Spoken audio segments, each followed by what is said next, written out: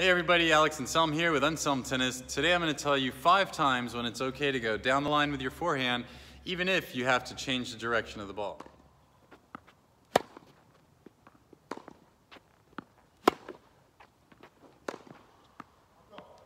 Alright, so here we go.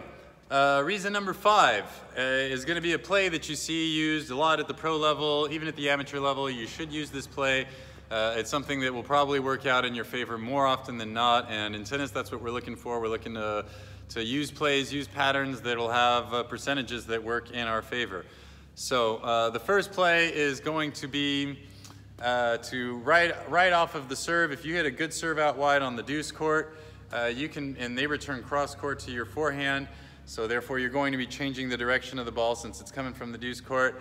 You can go down the line on the next shot almost always, okay? It doesn't matter if they pull you out wide with a little bit of angle, if they hit back deep and center, if they hit back hard. You can almost go down the line on any of those kinds of balls. Not to say that you should always do that play, but it's a play you can look for pretty often because again, you're using the serve as the setup. So if you have a good serve out wide, you're gonna pull the player past the singles line, even past the doubles line if it's a very good serve. And that's going to leave you a lot of room up the line to hit your forehand on the next ball. So even if you technically are changing the direction of the ball, this is a good time for you to go ahead and just go down the line.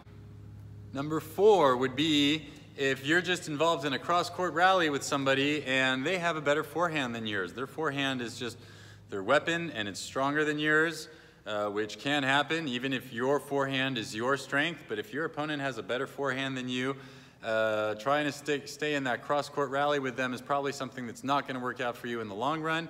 And so you should, without panicking or forcing it or anything, just look for a good opportunity to hit a ball down the line, even if it's nothing special, not creating very much damage on the other side or anything. Just try and get the ball down the line to get the ball away from their forehand.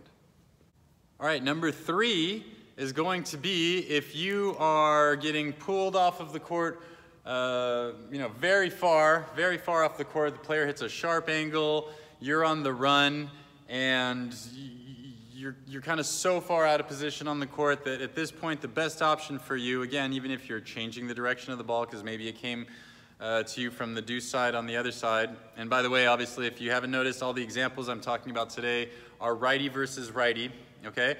I'll let you kind of come to the conclusion that which you can do if it's lefty versus lefty or lefty versus righty. You can see why it's an advantage to be a lefty sometimes, is a lot of these set patterns that we work on kind of get thrown out the window because everything changes if you're playing against a left-handed player.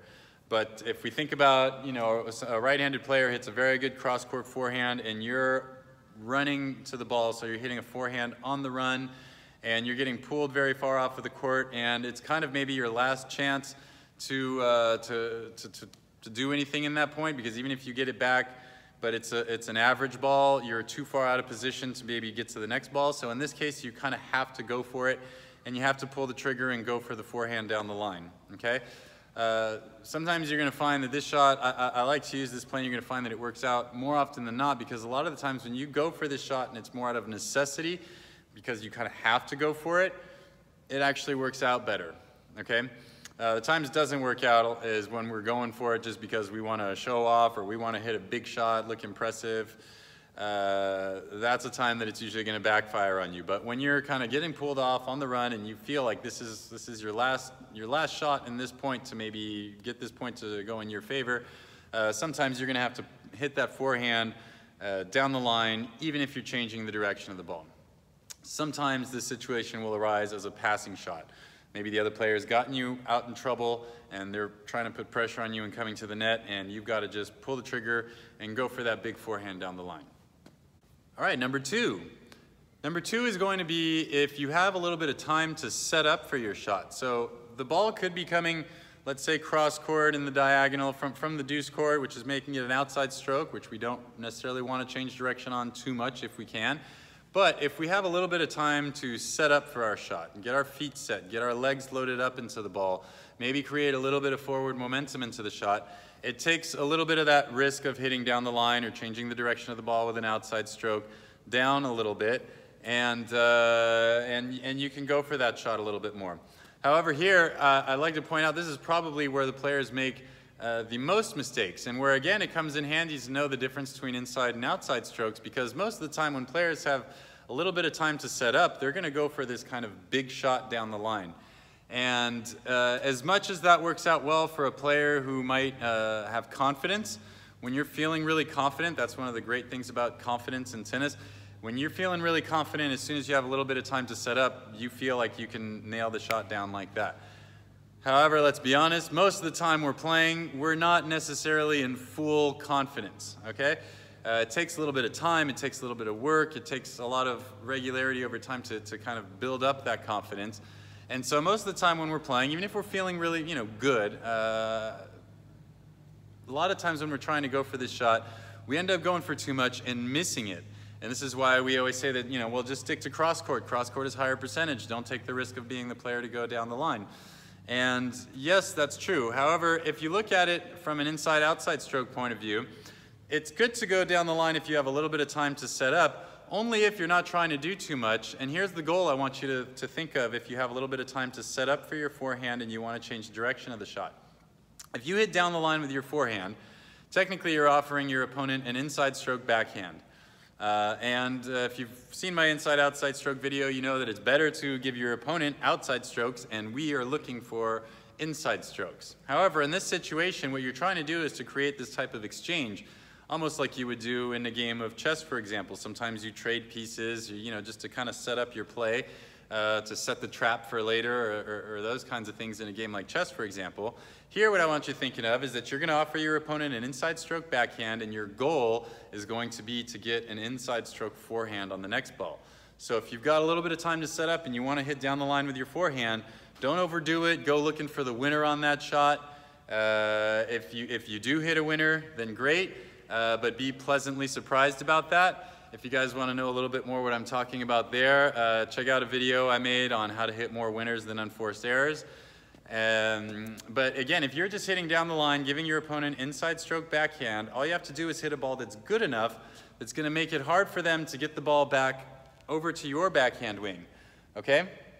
So this is a good play to use if you're going to hit a little bit more from the center of the court, which is essentially going to take more and more court away from them. You'd like to do it so that you're at least taking away 2/3, if not 3/4 of the court, and only leaving maybe 1/4 over there on the ad court for your opponent to find your backhand. And if they can't find your backhand on that shot, then you've effectively created that exchange where you've given them an inside stroke backhand in exchange for an inside stroke forehand, which is better than the outside stroke forehands you were getting before, which might allow you to take control of the point, dictate a little bit more, make your opponent work harder than you.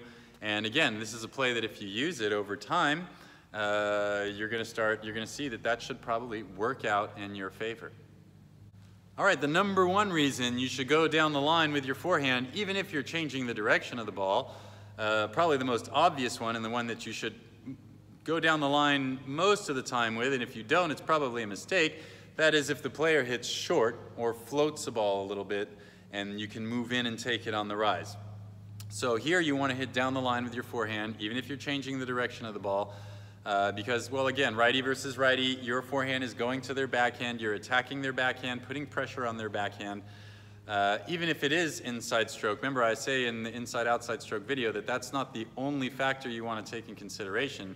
If anything, there are a lot of other factors that are more important, but often the inside-outside stroke one is the overlooked aspect, which causes some mistakes in shot selection for a lot of tennis players when they play, okay? But if you're involved in, let's say, a cross-court forehand rally, and they hit a ball short, or they float it over, and that allows you to move into the court, and you're basically hitting an approach shot, and you're going to follow the ball to the net, then most often you're going to want to go down the line with your shot, because if you're following the ball to the net, you're closing off the angles better. It's going to be easier for you to position yourself at the net if you're going down the line, okay? Obviously, having said that, this isn't a play that you're going to do 100% of the time. You have to vary it just a little bit to keep your opponent guessing. If you just always go down the line just because geometrically it's what works best for you, then you become predictable and you lose effectiveness. So obviously sometimes there's a little bit of variation you have to throw in there. But I chose it as the number one reason because this is probably the time that you're most often going to want to go down the line.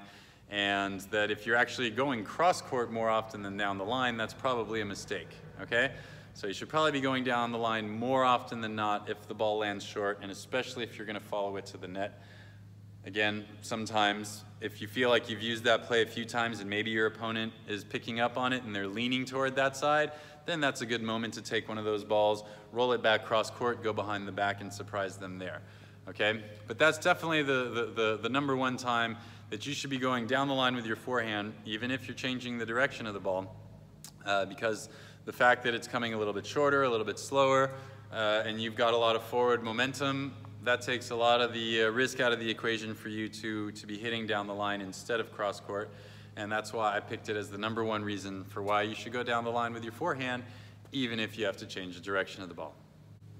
All right, so that does it for my 5 reasons why you'd want to go down the line with your forehand, even if you want to change the direction of the ball. Of course, there could be others, but these were the 5 that I thought were probably the most useful, the 5 that you can incorporate into your practice fairly easily. If you guys want to know how to do that, let me know in the comments below, or if you have any other questions as to what I was explaining in this video, don't hesitate to ask a question, leave a comment in the comments below. Subscribe, like, do all that good stuff if you want to see some more videos coming your way. And until the next video, this is Alex and Anselme saying we'll see you next time.